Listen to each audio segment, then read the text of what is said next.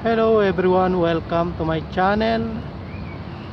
So after 2 months of home quarantine, people can go out to go to the park or to the relatives.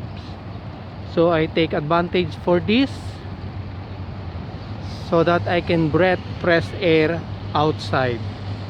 So today I'm here at the center of Rome to make a small tour.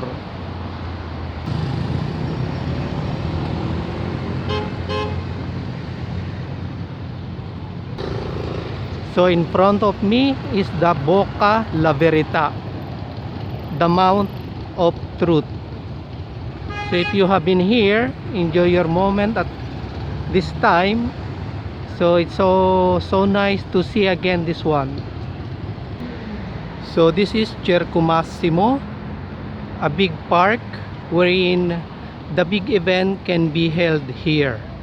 Very open and very big place. So those who have been here, so enjoy your moment and remember your happy days during the time of visited here. So those who are not yet been here, so make sure you put in your list when you visit in Rome.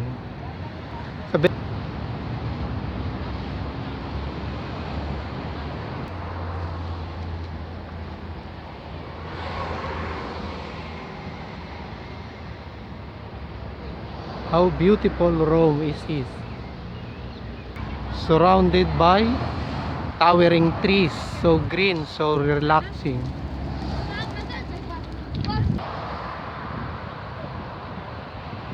So this is the flower park near the Circo Massimo Park. So how it is colorful.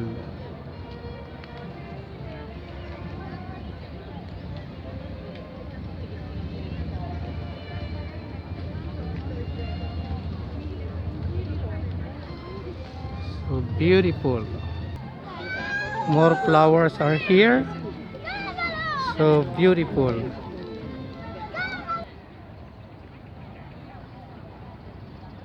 So make sure guys, when you visited in Rome, make sure you put in your list here this place. So very relaxing.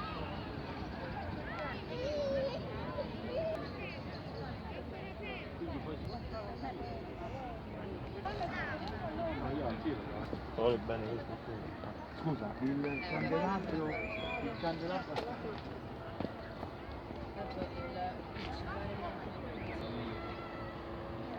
Look how beautiful it is. So make sure guys, when you visit in Rome, put on your list this one. This is in Circo Massimo zone. Walking down the aisles for exit.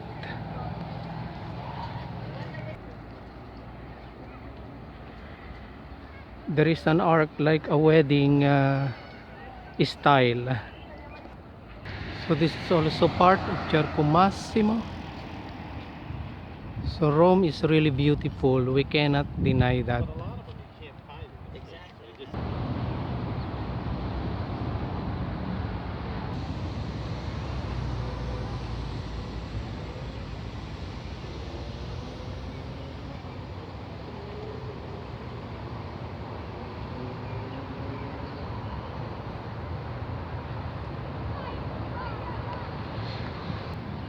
So I'm walking. So this is another park still in Circo Massimo zone. So green, so relaxing to sit down under the towering trees to unwind.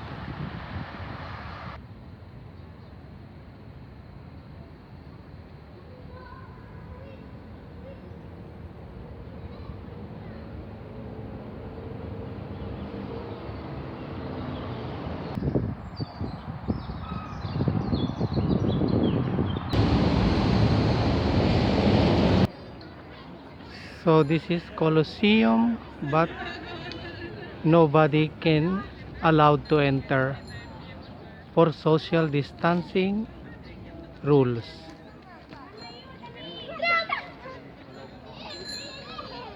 So still in barricade.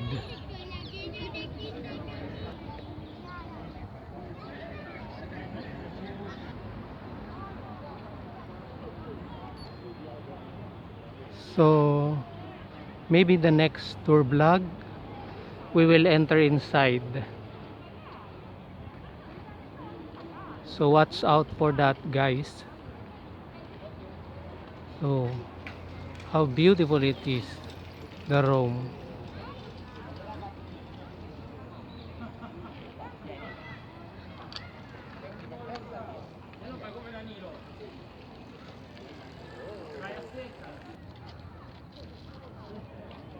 Alessio, vieni che ti metto una crema. Le braccia. So here is the entrance of the Colosseum, still closed because of this pandemic problem. Nobody enter inside.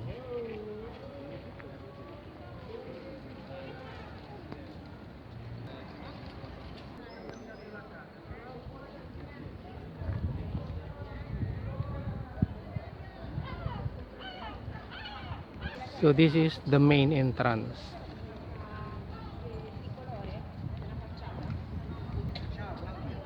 So,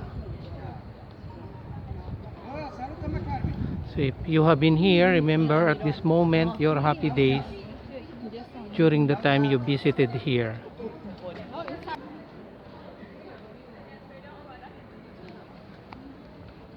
So you're still beside the Colosseum, walking down the street.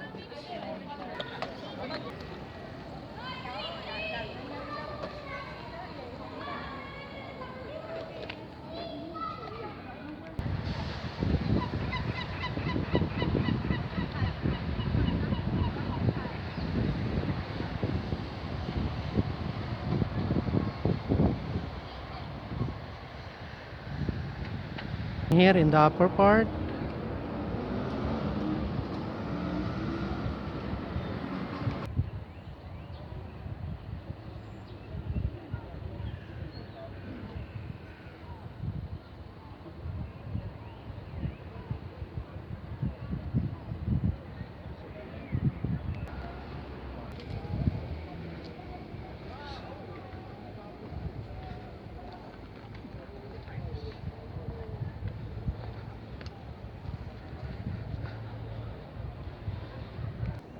so this is still beside the Colosseum, so underground.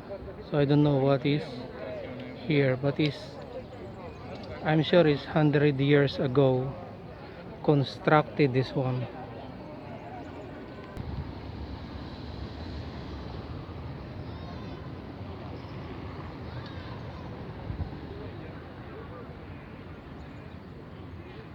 So this is near the Venice Square.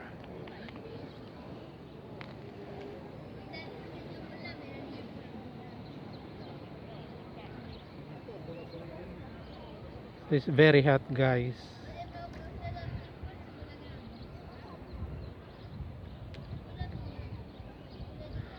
Although a lot of people roaming around, but entering in monument is still prohibited.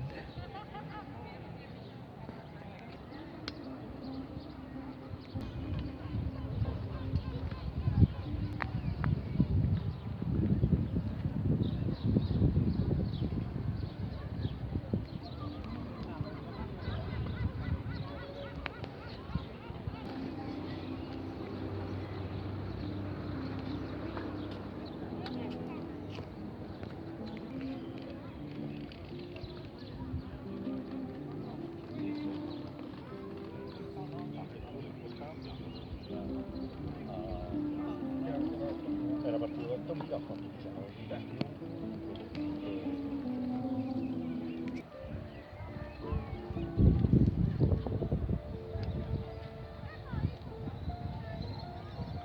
What a beautiful place.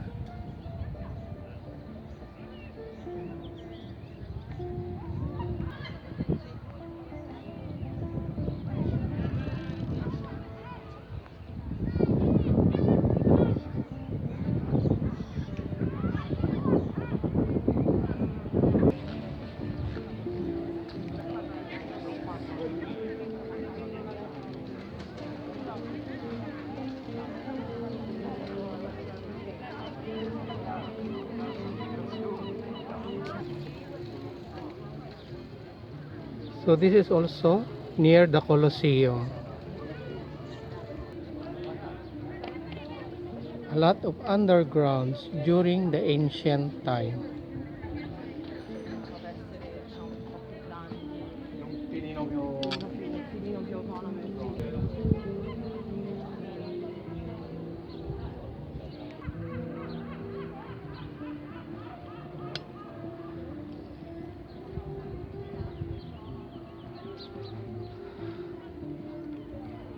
So guys, make sure when you visit in Rome, put this one on your list. Near the Colosseum.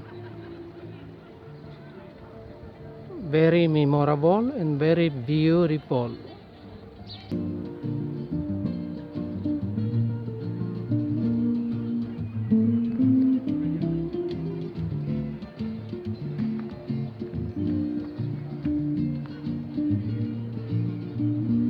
So this is Foro di Traiano.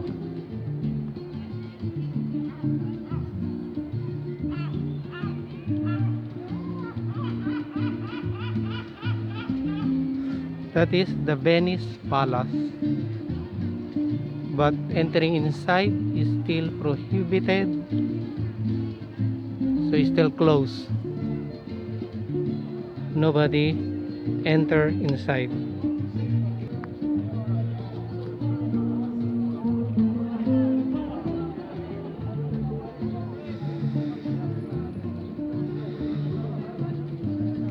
So this is also part of Foro Traiano.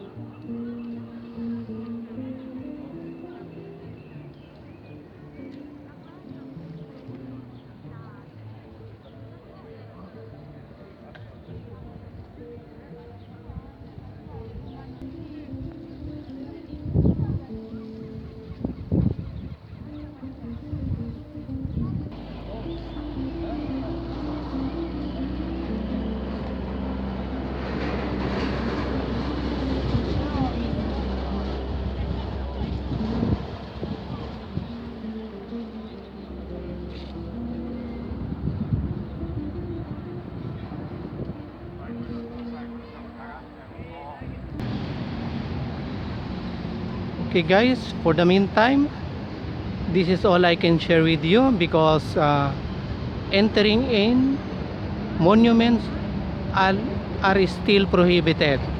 So maybe the next tour vlog we will enter to show you the gem of Rome. So to all my subscribers, thank you so much. The viewers for supporting me. So if you are new and not yet done, make sure you click the subscribe button down below. Thank you so much. See you next time. Bye.